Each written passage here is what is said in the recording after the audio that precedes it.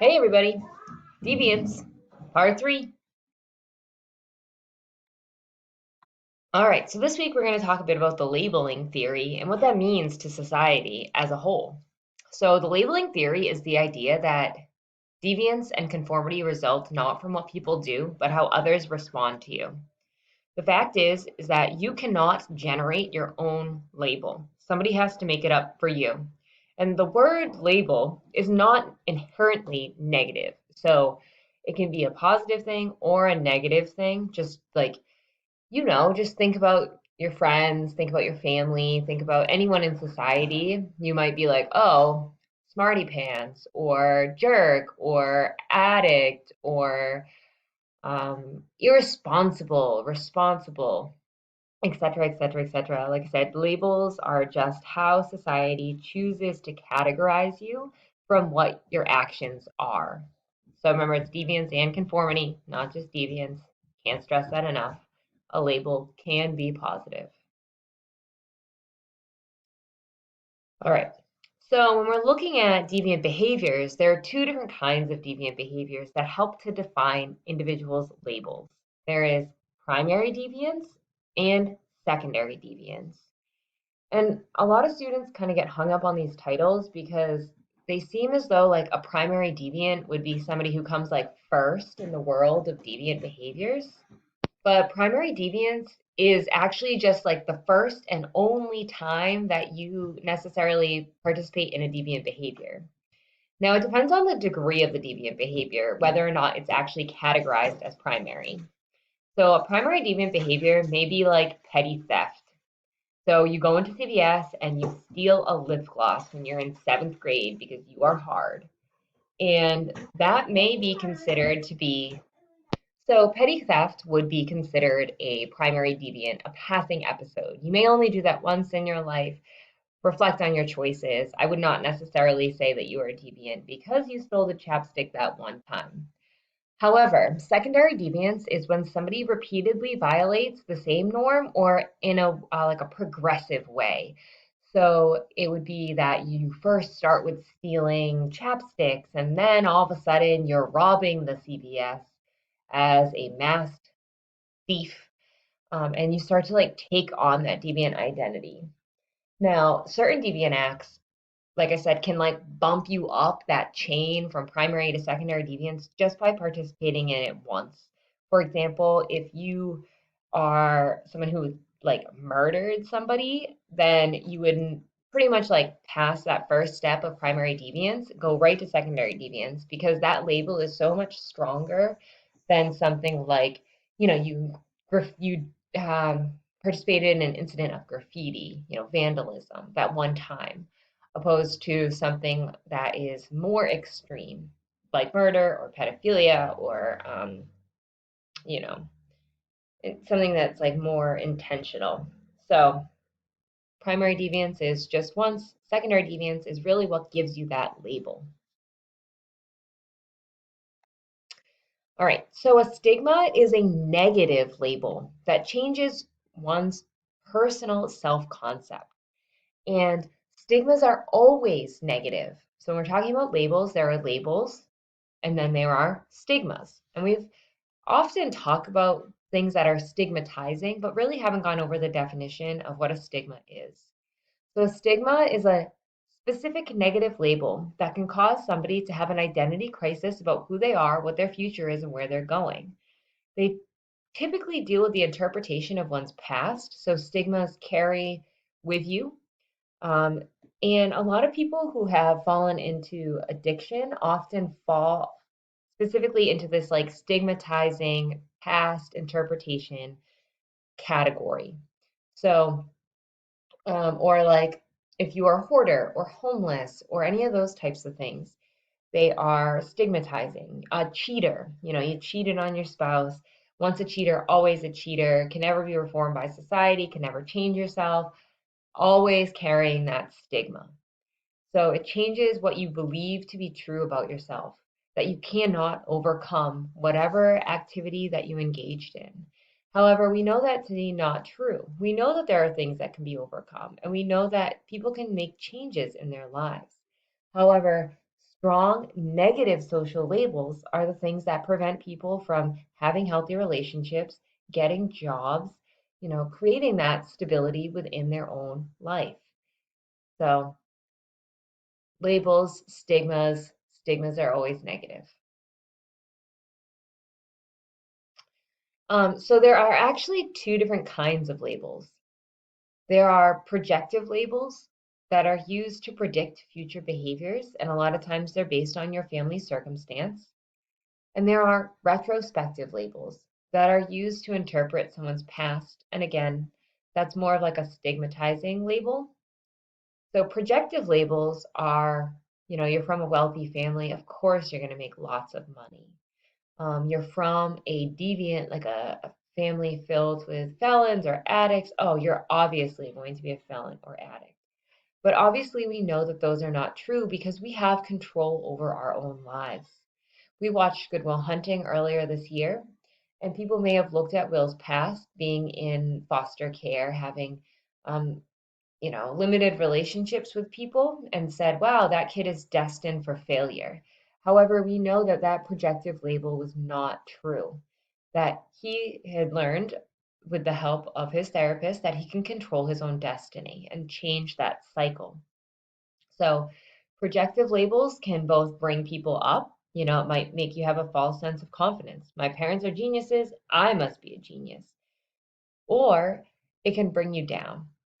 It's that whole perception of what your worth is based on where you come from. Retrospective labeling is the public's interpretation on your past. So when we think of the word retro, you might be rocking some 90s mom jeans and you're saying, oh, I'm so retro. Um, it just means like a throwback, an interpretation of the past. It's not in the past. It's just kind of like revisiting it. So again, this is where a lot of those stigmas come from. So, it's that whole like once an addict, always an addict type deal. Once a cheater, always a cheater. Once a thief, always a thief. But again, because it's a label opposed to a stigma, it can also be formalized as, you know, once a good person, always a good person, regardless of what behavior you may engage in. And we all know people like this, where society like shines a golden light on them because they have at one point in their life done something amazing. But it doesn't mean that people don't have slip ups. So retrospective labeling can either create a dark shadow or that golden reflection. So getting into labeling, we're going to be talking about a little medicalized labeling. So there's a lot of controversy about the term mentally ill because sometimes we stigmatize that phrase. So we should abandon that, is what Thomas Stazaz says. He says that we need to start labeling things more for what they are, and we should actually stop labeling people with that term because it has such a negative connotation based on our past history of treatment of people who are seeking help for mental illness.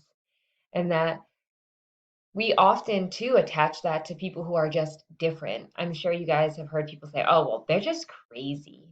Your teacher's going hard, deciding a lot of homework. They're crazy.